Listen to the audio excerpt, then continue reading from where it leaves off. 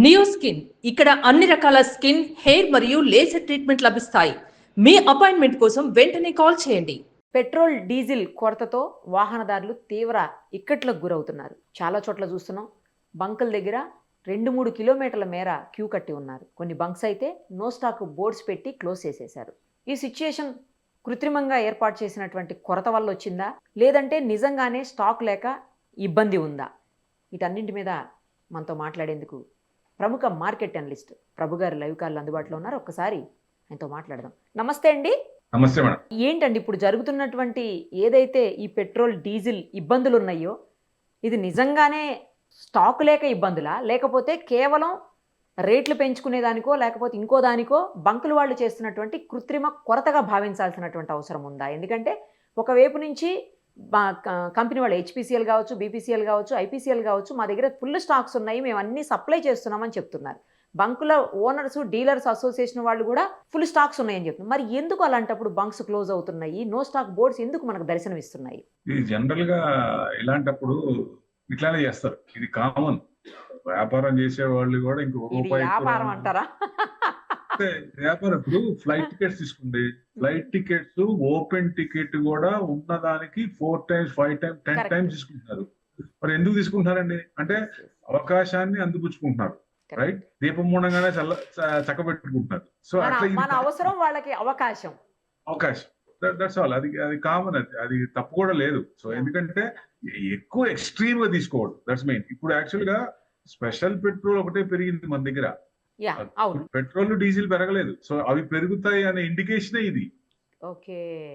అనే ఇండికేషనే ఇది. 100% పెంచుతారు ఇప్పుడు. ఎందుకంటే మనం పెరిగినప్పుడు ఏమో పెంచుతాం, తగ్గించినప్పుడు తగ్గియటం ఎక్కడ దాఖలాలు లేవు అస్సలు కొంచెం అయినా. ఇప్పుడు గవర్నమెంట్ అయినా, స్టేట్ గవర్నమెంట్ అయినా తగ్గించిందా, ట్యాక్స్ కట్టించిందా, ట్యాక్స్ ఎక్కడ సమస్యలు ఇంకా పెంచుతారు కానీ తగ్గించేదిలే. Once attained it won't be back.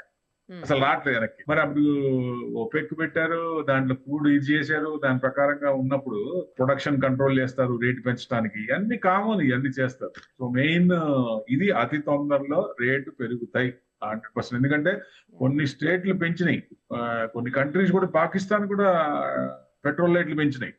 Other countries, కొన్ని కంట్రీస్ కి అయితే బోర్డు పెట్టేసినాయి, be ready for roller coaster ride. ఇప్పుడు ఇబ్బందులు ఉంటాయి. ఎందుకు, మన ప్రైమ్ మినిస్టర్ గారే చెప్పారు కదా పార్లమెంట్ లో నిన్న మధ్యాహ్నం.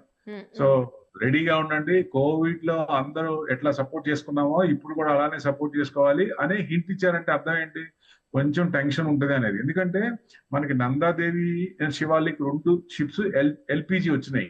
క్రూడ్ ఆయిల్ బయటకు వచ్చిన దాఖలాలు లేవు, ఇంకా వచ్చినాయి ఎక్కడ డిక్లేర్ చేయలే. సో మన దాదాపుగా 15 నుంచి 20 షిప్లు అక్కడే ఉన్నాయి ఇంకా. సో ఏదో లాంగ్ రూట్ చెప్తామని ఏదో అంటారు కానీ ఎంత మట్టికి వచ్చింది లేదు. మరి నెగోషియేషన్ నడుస్తున్నాయి అన్నారు, ఎంత వరకు అది.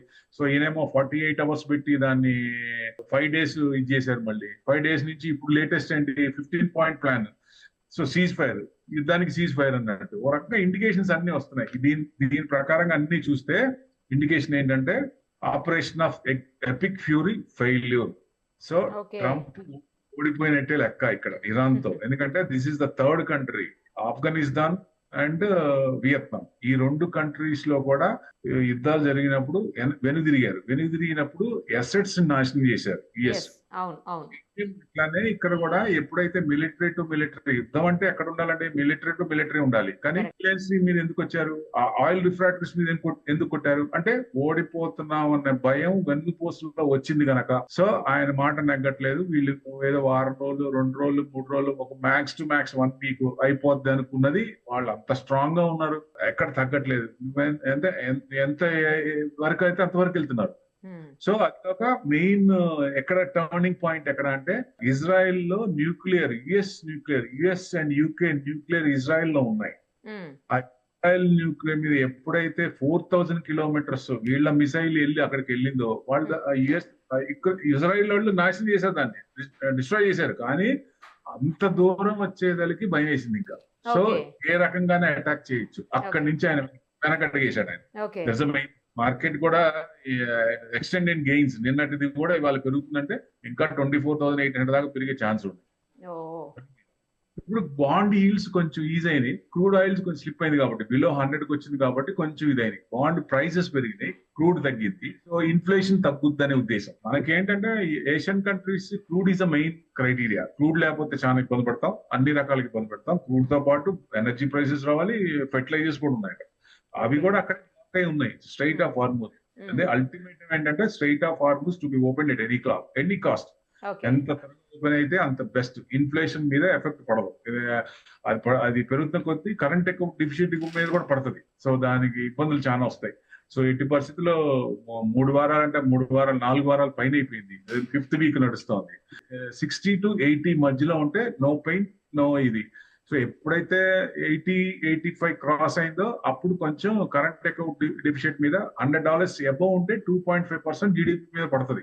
That's the main thing. అది చూడాలి. అందుకని ఎంత 100 బిలో వచ్చింది సంతోషం. యుద్ధం ఆగిపోవాలా ఒకటి. అది 1 month క్రైటీరియాతో 15 పాయింట్ పెట్టాడు ఆయన. 15 పాయింట్ ప్లాన్ పెట్టారు. ఇవన్నీ కూడా ఒక రకంగా చూస్తే న్యూక్లియర్ క్యాపబిలిటీస్ అని డిస్మాంటిల్ చేయాలని, న్యూక్లియర్ వెపన్స్ ఇంకా పర్సూ చేయకూడదని, యురేనియం ఎన్రిచ్మెంట్ చేయకూడదు. ఎందుకంటే యురేనియం 60%, 70% అంటే మామూలు వాటికి వాడచ్చు. 70% అబౌవ్ 90% అంటే న్యూక్లియర్ బాంబు తయారు చేయడానికి ఉంటుంది. అదే భయం. అది చేయకూడదని. ఇవన్నీ మరి వాళ్ళు వింటారా అనేది ఓవర్ ఏ పీరియడ్ మనకి అవగతం అవుతుంది డెఫినెట్ గా. సో మరి ఇరాన్ కూడా కొంచెం మెత్తపడ్డట్టే టాక్స్ కన్నట్టు ఓకే చేశారు. మరి ఏమవుతుందో అవుట్పుట్ ఏమవుతుంది. ఎందుకంటే వీళ్ళు పెట్టిన 15 పాయింట్ లో వాళ్ళు అన్ని ఒప్పుకోవచ్చు కదా.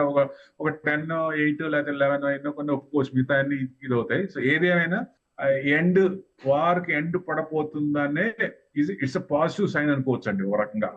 So it's a positive sign. ఎందుకంటే ఎప్పుడైతే ఆయిల్ రిఫ్రాక్టరీస్ కొట్టారో ఆ రోజే చెప్పాను నేను 100% ఇది రాంగ్ సైడ్ వెళ్తుంది. ఆయన తగ్గిపోయినట్టే వెనక్కి తిరుగుతున్నాడు. వెనక్కి తిరిగేటప్పుడు అసెట్స్ మీద ఇది చేస్తారు. మళ్ళీ వాళ్ళు కోలుకోవాలంటే కొన్ని సంవత్సరాలు పట్టుద్ది. చేయాలంటే అంటే ఈగో సాటిస్ఫై అనమాట. నేను చేశాను, వాళ్ళు ఇదైపోయారు అని చెప్పడం కూడా అదే కదా. ఇరాన్ అంతా అయిపోయింది, అసలు మొత్తం ఏం లేదని అన్నట్టు చెప్తున్నారు. మొత్తం వాళ్ళు అసలు ఎక్కడైనా 4000 కిలోమీటర్స్ ఇప్పటిదాకా అసలు వాళ్ళకి కిలోమీటర్స్ మిసైల్స్ రావు అనుకున్నది వచ్చారంటే మరి వాళ్ళు ఎక్కడున్నట్టు. That's the main thing. So ఇవన్నీ ఉన్నాయి కాబట్టి క్రూడ్ కూడా కొంచెం చిన్నగా తగ్గే ఛాన్స్ ఉంటుంది. ఏది స్ట్రైట్ ఆఫ్ హార్మూజ్ ఓపెన్ చేయాలి. చేసిన తర్వాత మేబీ 5 days అన్నారు కాబట్టి మన ఈ వీక్ లో ఫ్రైడేకి అయిపోతుంది 5 days. ఆ ఫ్రైడే మరి ఏం జరుగుతుందో చూడాలి దీనికి అది స్ట్రైట్ ఆఫ్ హార్మూజ్ కి. సో వారికేమో 1 month టైం ఉంది. 1 month లో సెటిల్ అయిపోవచ్చు. అంటే మెత్తబడ్డట్టే 2 సైడ్లు ఇరువైపులా మెత్తబడ్డారు. సో ఇష్యూస్ చిన్నగా నెగిటివ్స్ అన్ని కొంచెం పాజిటివ్ గా మారుతాయి అంటే హోప్స్ కొంచెం కనపడుతున్నాయి. అది మెయిన్.